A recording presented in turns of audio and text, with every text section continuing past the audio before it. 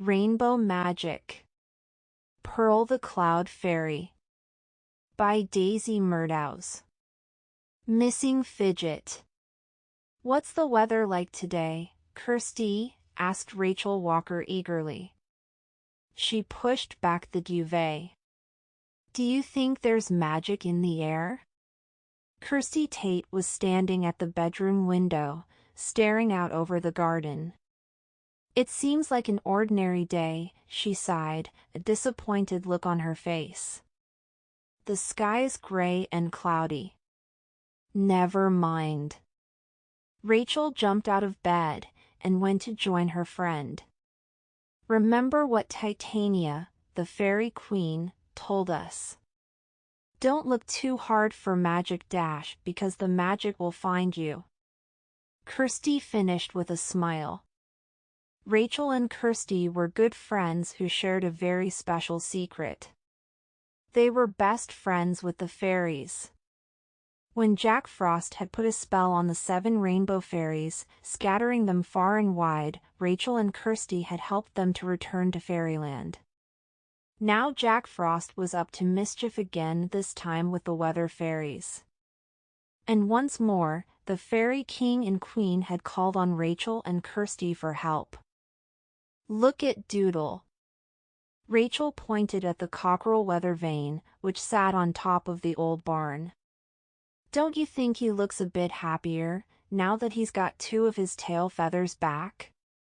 Kirsty nodded. Let's hope we find all his feathers before you go home, she replied. Then the weather in fairyland can get back to normal again. With his 7 magic tail feathers and the help of the weather fairies, Doodle the cockerel controlled fairyland's weather. But Jack Frost had sent his mean goblin servants to steal poor Doodle's feathers. Doodle chased the goblin thieves into the human world, but without his magic, and away from fairyland, he found himself transformed into an ordinary, rusty weather vane. Kirsty's dad had found him lying in the park and brought him home to put him on the roof of the barn, never realizing what a magical creature Doodle really was. Meanwhile, the weather in fairyland was in a terrible muddle, and it would remain so until Rachel and Kirsty could give Doodle all his feathers back and send him home. Well, we've made a good start, said Rachel, beginning to dress. With the help of Crystal the Snow Fairy and Abigail the Breeze Fairy, we've already found 2 feathers. The king and queen had promised Kirsty and Rachel that each of the 7 weather fairies would come to help them whenever they were needed. Girls, are you awake? Kirsty's mum called from downstairs. Breakfast's ready. Coming, Kirsty shouted back. I wish we knew what Doodle was trying to tell us yesterday, said Rachel, as she and Kirsty clattered downstairs. Each time one of Doodle's tail feathers had been replaced, the cockerel had briefly come alive. The first time, he squawked beware. The second time, he managed to get out the word Jack, before becoming metal again. I'm sure it was something about Jack Frost, Kirsty said thoughtfully. But what? Maybe we'll find out if we find another feather, and Doodle speaks to us again. Rachel suggested. The girls went into the kitchen. Mr. Tate was laying the table, and Kirsty's mum was making toast. Morning, you two, said Mr. Tate with a smile, as the girls sat down. What are you planning to do today? Before Kirsty or Rachel could answer him, there was a knock at the back door. I wonder who that can be, Mrs. Tate said, raising her eyebrows. It's still quite early. I'll get it, said Kirsty, who was nearest. She opened the door. Outside stood Mr. and Mrs. Twitching, the Tates' elderly neighbors. Oh, Kirsty, good morning, said Mr. Twitching. We're sorry to disturb you, but we were hoping you might have seen Fidget. Kirsty frowned, trying to remember. She knew Fidget, the Twitching's fluffy tabby cat, very well, but she hadn't seen her for the last day or two. "I'm afraid I haven't recently," she replied. "Oh, dear," Mrs. Twitching said, looking upset. "She didn't come home for her dinner last night." "Come in and ask Mum and Dad," Kirsty suggested, opening the door wider. "Perhaps they've seen her." As Mr. and Mrs. Twitching walked into the kitchen, Kirsty blinked. Just for a moment she thought she'd seen strange wisps of pale smoke, curling and drifting over the neighbors' heads.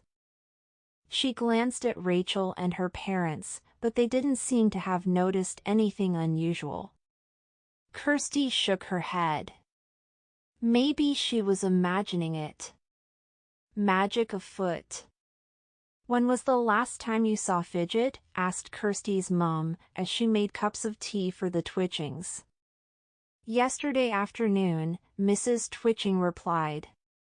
"It's very worrying, because she doesn't usually miss a single meal." "Kirsty and I could help you look for her," suggested Rachel. "Good idea," Kirsty agreed, finishing off her cereal. "Let's go right away." "And I'll check our garden and the barn," added Mr. Tate. As Kirsty and Rachel got up from the table, Kirsty stared extra hard at the Twitchings' heads. She thought she could see wisps of smoke hovering there again, but they were so pale and misty, it was difficult to be sure. "Rachel," Kirsty said quietly, as they headed outside, "did you notice anything funny about the Twitchings?"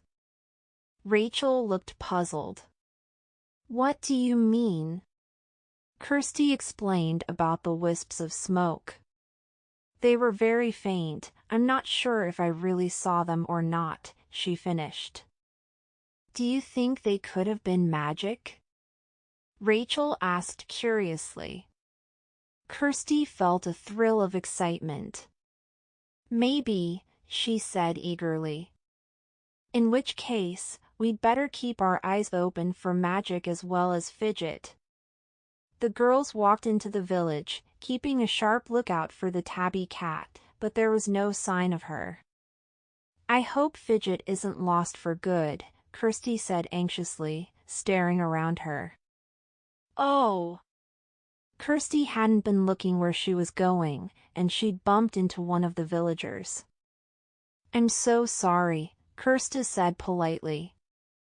The woman glared at her. "Why don't you be more careful?" she said grumpily, and hurried off.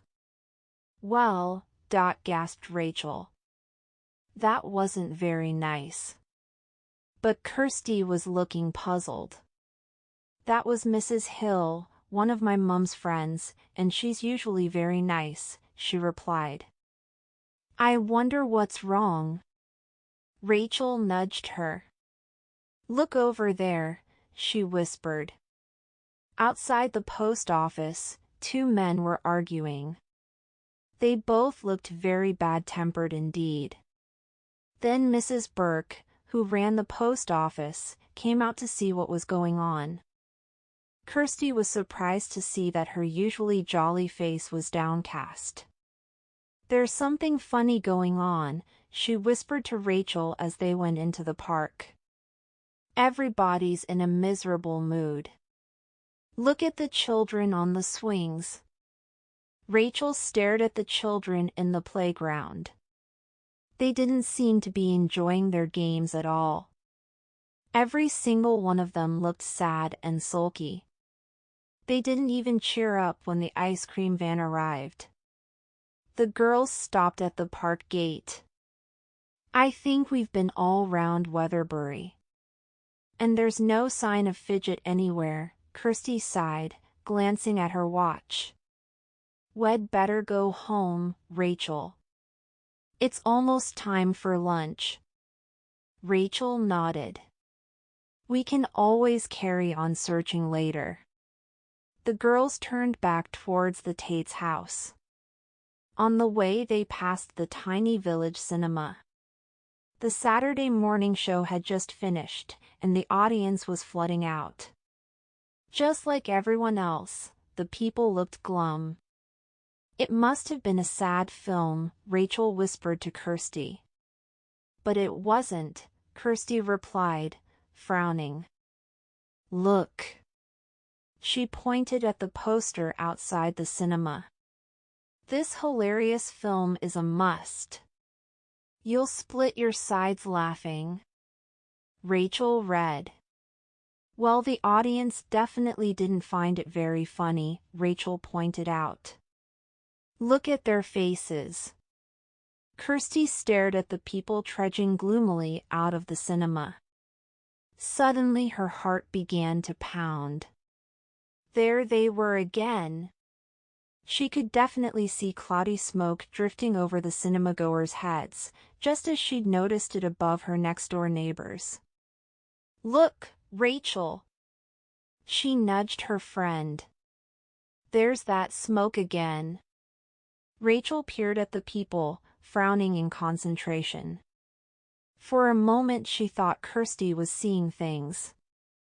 But then she spotted them two thin, wispy trails of smoke, hovering above the heads of the cinema-goers like little clouds.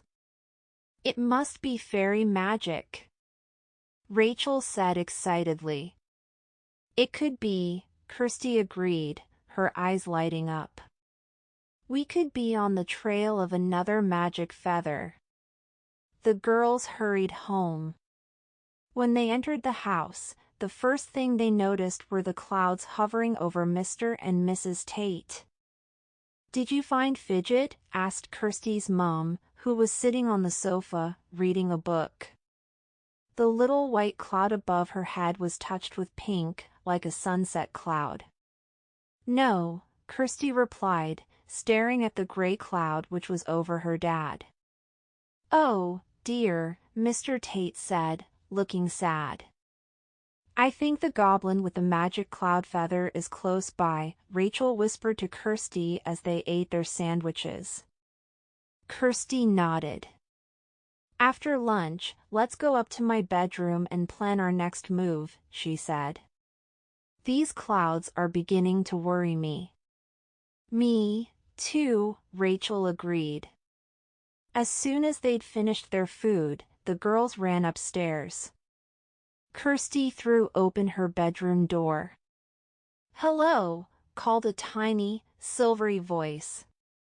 I thought you were never coming.